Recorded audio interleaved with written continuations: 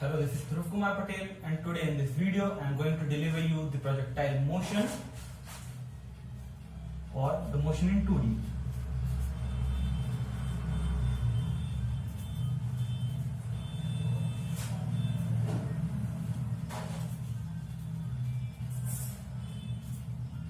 So here, what is a projectile? When we project any particle at an inclination from the ground level, then it follows some trajectory. That trajectory is known as the projectile, and the motion itself is known as the projectile motion. Likewise, if I project a particle from here, from the ground level, at an inclination theta from the ground level, then it will follow a path, a trajectory like this, and this path is known as projectile, and the motion followed by the particle is known as the projectile motion. This is the ground level. So when we talk about this projectile motion, then it can be characterized by three parameters, and those are its maximum height achieved in the air or in y direction, which is represented by h. Second characteristic, its range, which is covered by the particle during its flight on the ground level in the x direction, and it will be represented by r. And one more and last parameter which classifies this projectile motion is its time of flight. Time of flight is that time which taken by the particle to reach towards its end point on the range or to the end point of its projectile motion.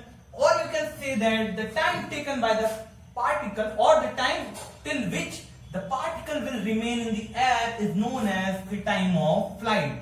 It means जब हम particle को यहाँ पे project करेंगे किसी inclination theta पे ground level से, तो जो टाइम उसको एंड पॉइंट पे लगेगा, जितनी देर वो पार्टिकल हवा में रहेगा, उस टाइम को हम कहेंगे time and flight.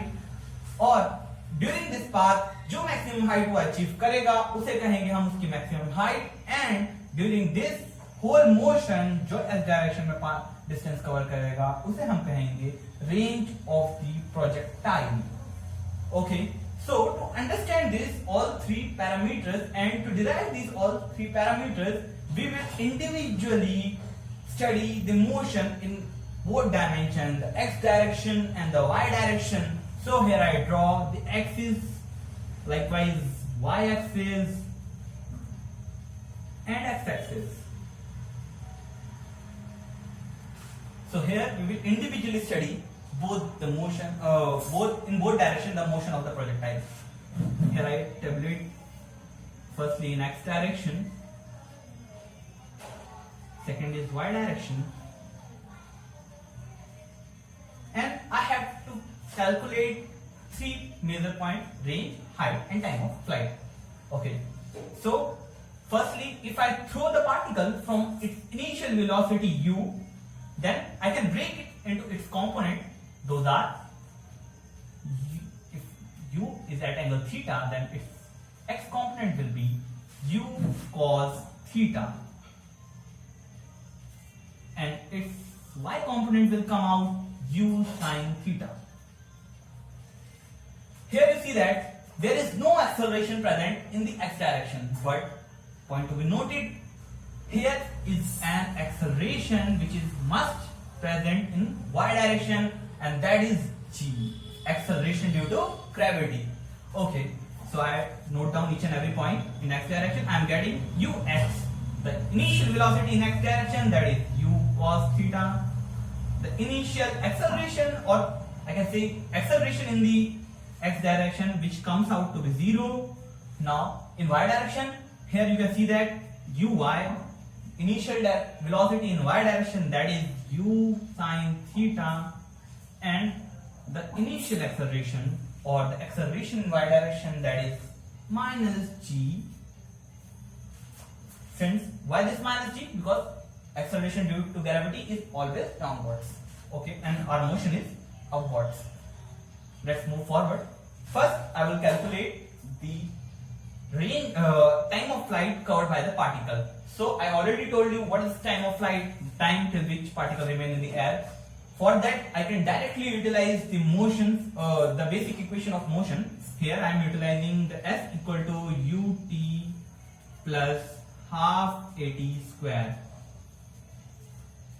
While substituting the values from the y direction, I am analyzing in y direction.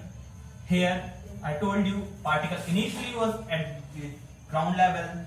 When it comes back to the ground level, the time taken between them or the displacement between them is 0. Initial velocity in y direction, u sine theta.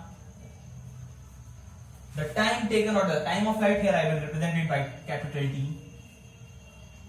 Friends, I told you that acceleration is negative, so here the negative sign will come, and here I can write half gt square. Here I get a quadratic which clearly shows that t, one value of t is t equal to 0 and another one can be calculated, that is t first. Take t common, u sin theta minus half gt. From here you will get two values, t equal to 0, 2u sin theta by g.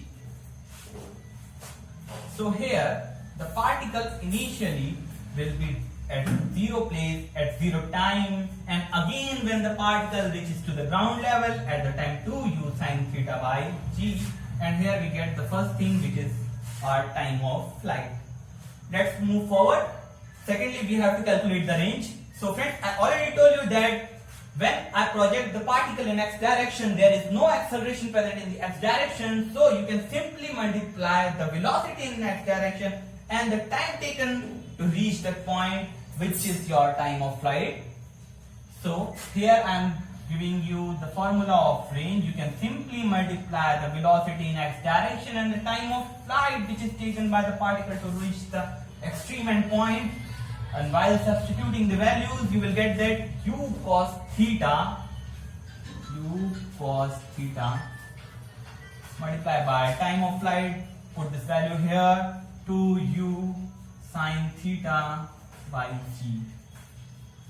Friends, by utilizing the trigonometric formulas, you can simply write it as u square sin 2 theta by g, and here you get the formula of range. So here comes out the second characteristic of projectile motion, that is the range of the projectile. You can write it here, second number. Here we got the time of flight and range. Third thing which we have to calculate is maximum height. So point to be noted, friends, here at this topmost point the velocity of particle in x direction will remain the same that was initially u cos theta, but the velocity which was initially given to the particle become to the 0 at the extreme upper point, and for this you can utilize this equation by using the v square equal to u square plus 2af. You can calculate this.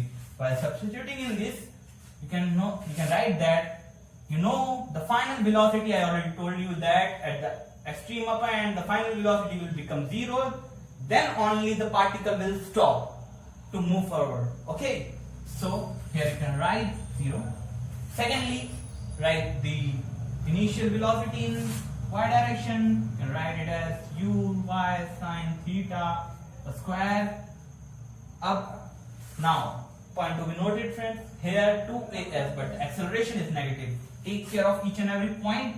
Science makes huge changes. So here I write 2gh. H for what? Maximum height. From here you can derive that h will come out u square y sin theta divided by 2g. So from this you can see that you will get u square sin square theta, you will get the maximum height of the projectile during its motion. Here you get all the three characteristics which classify the projectile motion. First is time of flight, the range, and the height, the maximum height. Two more things which can be covered here, which furthermore classify the projectile motion in deeper. Those are its equation which represent the whole projectile and trajectory of the particle, and second is ROC, radius of curvature.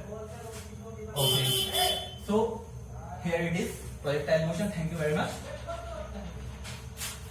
Thank you.